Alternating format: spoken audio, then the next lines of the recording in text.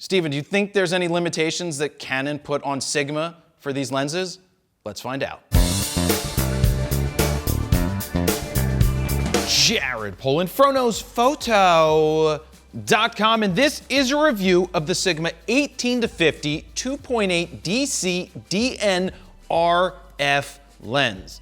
Now, this is the very first officially licensed lens for the RF mount from Sigma. Now, this lens was first introduced by Sigma for the Sony E mount, the Fuji X mount, and the L mount Alliance a couple of years ago, but it's now coming to the RF mount. Now, this is a contemporary lens. It's not an art, it's not a sport. Contemporary is, generally speaking, Sigma's lower end, more affordable style lenses, whereas the art lenses are their super fast glass, just better quality overall, and the sports obviously are meant for sport shooting. Now, this is an 18-50 zoom 2.8. Now, the equivalent on something like an R7 or any of the crop sensor Canon cameras is multiplied by 1.6, which makes this a 29 to 80 millimeter, 35 millimeter equivalent. So is 29 millimeters wide enough? In a lot of situations, it's not as wide as I would want it to be, but there's not a lot of options currently offered for crop sensor cameras for Canon. You only have something like 3 of the zoom RFS lenses currently out on the market at the time of recording this, and none of them are a 2.8 or have a constant aperture. So this is something different and unique because it's 2.8 all the way through. Now, I took it out to the ball game to run it through its paces. I got out on the field for batting practice. I took it inside third base to get some batters swinging from, at 18 millimeters and then zoomed out to 50. So I ran it through its paces to try and see what we could do with it. How is the autofocus? How is the quality? Is it worth the value or the money that it is, which I'll tell you how much it is at the end of this, versus something like the 18-45 that Canon offers that isn't a straight 2.8. Now, in terms of feel, it is a nice feeling lens. I didn't expect it to be so small. Now, back in the day, I know that's what she said, but back in the day, I had the Nikon 17-55 2.8, which was like the holy grail of crop sensor lenses. That was big. I mean, that was 17-55, and this is an 18-50, but it's a lot smaller and a lot lighter than something like it was back in the day. Now, in terms of weight, it comes in at just 10 ounces or 290 grams. It is small and light, like I said, and it's less than 3 inches. Now, to me, that looks more like 6. I'm used to seeing what 6 inches looks like. This is, they're saying 3, but look, I guess it's a slight grower. Now, in terms of filter thread, you have a 55 millimeter filter thread, and if you care about bokeh blades, aka aperture blades, there's only 7. Not 8, not 9, not 10, not 11, just 7. Not the biggest deal in the world. Keep in mind, this is meant to be one of those more affordable lenses, and I don't think that's going to affect your image quality. And the people that are buying this are not buying full frame pro cameras. They have consumer level cropped sensor cameras. You have to frame everything in that mindset. It's not me using an R3 or something even better and the best glass in the world. This is meant to be an affordable starter option, and I'm going to tell you if it's worth it or not. Now, we all know that there's certain limitations when you put a Sigma lens on a Sony body. When you do that, Sony has limited the amount of frames per second that you can shoot in continuous autofocus. So my biggest question when putting this onto the Canon body, was there going to be any limitations to shooting speed or focusing speed? And the answer to that is no. There were no limitations. I shot it at the full 14 or 15 frames per second with the electronic first curtain mechanical shutter, and then with the full electronic shutter, we banged out 31 shots in a second,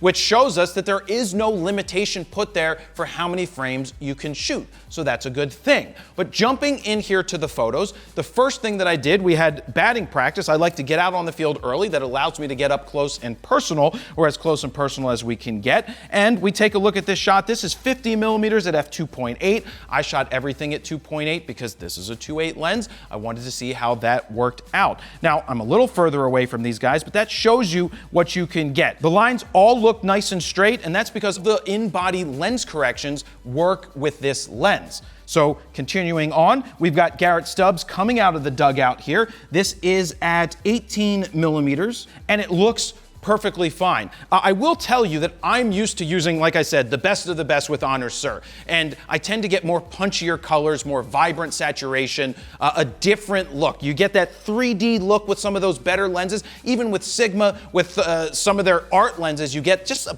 better look of color and tone, and I don't see that as much here. And that's a combination of using a crop sensor camera like the R7 that I used and a lens like this. It's not the best of the best with Honor Sur, but for the everyday people, you'll never know a difference. You just throw some Skittles on it from FroPak 1 and you'd be perfectly happy. I mean, that's what I did, is I threw Skittles on there from FroPak 1. Let me jump in here real quick because I want to show you FroPak 4 in action on this photo right here, starting with Blue's Clues, followed by Brooklyn, C41, Coppertone, High C, Kaleidoscope, Mel Brooks, Saltwater Taffy, Thick, and Wet Hot American Summer. But check this out, exclusive and all new to FroPak 4 are these 4 adaptive custom Lightroom presets that we call X1, X2, X3, and X4. I'm going to use X3 for eye enhance right here. I go ahead and click it, come over to my masks and select iris, and check this out. I can raise the exposure on just those eyes to make them pop, but if you go too far, they become white walkers and doesn't look good, so you just have to find a good, happy medium place. So those work amazing. But my all-time favorite preset from FroPak 1 is called Skittles. With one click, it goes boom. So look, if you want to speed up your raw workflow, give yourself a great starting point, or you're just tired of other people's presets just sucking, ours don't suck. We created 14 all-new custom Lightroom presets that you can check out right now at froknowsphoto.com/FroPak4. While you're over there, you can play with the sliders to see the befores and the afters, and if you decide to pick them up right now, they are currently on sale. Or if you want to get the Grand Slam bundle that includes FroPak 1 and of course Skittles, you'll get FroPak 2, 3, and 4 as well, and you'll save even more. Now, let's get back to the video.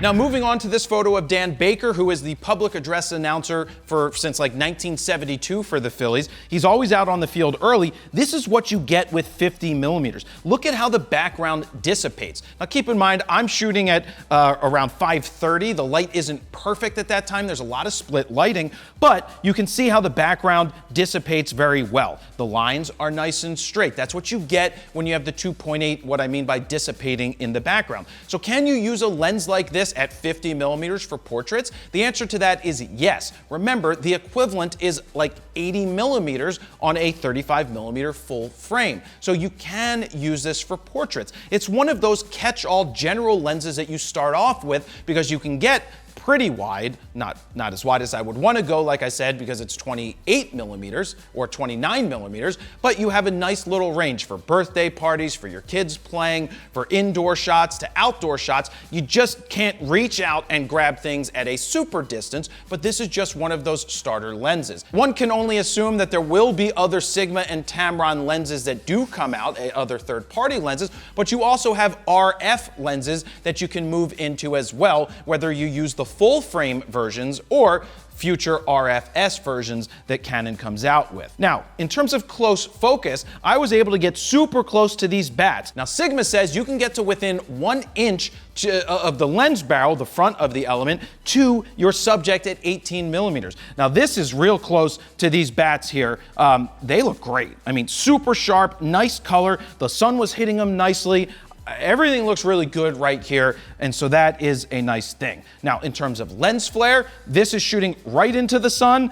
It looks fine. I mean, I'm not going to get super anal over something like this. I just give you the sample. You can look at it. Either that works for you or it doesn't. It works for me, so I don't know why it wouldn't work for you. Moving on, we got Trey Turner going over to sign some autographs for some kids. Real easy situations to be in. I'm at 18 millimeters on this one. He's got the glove on his head. You can see he's making eye contact with the kid. The colors look fine. The sharpness looks good. He's isolated, and of course the people right behind him are slightly bokeh or blown out, which is good. That's what you get when you have a 2.8 lens. That's not gonna happen with a 3.5 to 5.6 or a 3.5 to 4.5 or any of the other variable aperture lenses. It's gonna be more things are gonna be in focus, which makes the images look less professional. At 2.8, you have a more professional look like we have right here. Now let's talk about the autofocus. I did get a bunch of subjects walking towards me where I'm just banging out shots or as they're coming out of the dugout, and there were times that it did miss or didn't keep up. I felt that the autofocus was super fast, right? When you're trying to find your subject, you're not zooming or doing anything, it's locking on quick because the autofocus in the R7 is fantastic and across the board on the Canons is fantastic. But I believe when you're zooming, you might not have the fully functioning autofocus happening. Now, this wouldn't be the first lens to do that. There's a lot of lower end lenses that don't continually focus as you're zooming or pulling in or pulling out, and so you need to take your finger off the button and shoot again. And it felt like in certain situations it missed as subjects were running towards me. But I still ended up with the shots that I was looking for. Now keep in mind, that's sometimes the limitations you get in the less expensive lenses. They don't have the same focusing motors and capabilities of something that might be 4 times as much money, but that makes sense. For everyday people shooting just starting out, this is gonna be plenty good for the use that you put it in. Now let's jump to one at 18 millimeters where I'm shooting at home plate. This just shows you what you're capable of getting. The lines look pretty good to me. The colors look perfectly fine. So that looks fine. Now I did try to shoot one at 50 millimeters, and the reason I'm not showing you that picture right here is the focus missed. Now I don't know if that's because the body missed or the way the lighting was, but it missed and it back focused on the background, and I didn't notice it when I was shooting, but you can clearly see that it missed in that situation and it was off. Let me cut in here real quick and say, would you like me to send you a free guide to capturing motion in low light situations? Well, if you said yes, just look for this orange box over on FroKnowsPhoto.com, put your name, email address in it, hit send it. I'm gonna send you that guide for free. So how much is this lens? This is $599. Is that expensive for a crop sensor lens? A little bit. I mean, when you put it into comparison with Canon's 18 to 45, that's $300. This is twice as much. But you are getting something that's better at 2.8. I've always been a fan of getting someone into a 2.8 much quicker because they will find, even if they don't know what they're doing at the beginning, just having a constant 2.8 at the 18 millimeters and 2.8 at 50 millimeters, and even if you don't know why your pictures are looking better, it's looking better because you're allowing more light to come in at 2.8, which keeps your ISO lower. With the basic kit lenses, you gotta raise your ISO. The aperture is changing all over the place. It just doesn't look as professional. So I do think that this is a very nice option for people with a R7 or the higher end crop sensor cameras. The R50s, the R100s, if you can afford it, this is gonna make your pictures much better than any kit lens that you can pick up. 2 more things to do. We've got a sniff test and a wind tunnel test. Sniff test. Smells like the seams of a leather baseball. That's right, baseball smell. Wind tunnel test. Ooh, didn't expect that. It passed. One thing I shouldn't forget to tell you is that this lens is $50 more than what Sony's E-mount versions are. I don't know why that's the case. Maybe there's a fee or a tax or a license fee that they have to pay to Canon to make it more expensive. Maybe that's the case. Would I like it to be $50 less? The answer is yeah, I'd like it to be $50 less, but at $600, I understand that in some situations it's just as expensive as a body, but remember that lenses are going to be more expensive than bodies unless you're shooting the top of the line full frame bodies. So that's what I have to say about this lens. I think it's a very nice option for the first lens that came out for the RF mount from Sigma. I'm looking forward to seeing more come out when Canon allows them to do that. But until then, this is the first option that you have. Thank you very much for watching. Jared Polin, FroKnowsPhoto.com. See ya.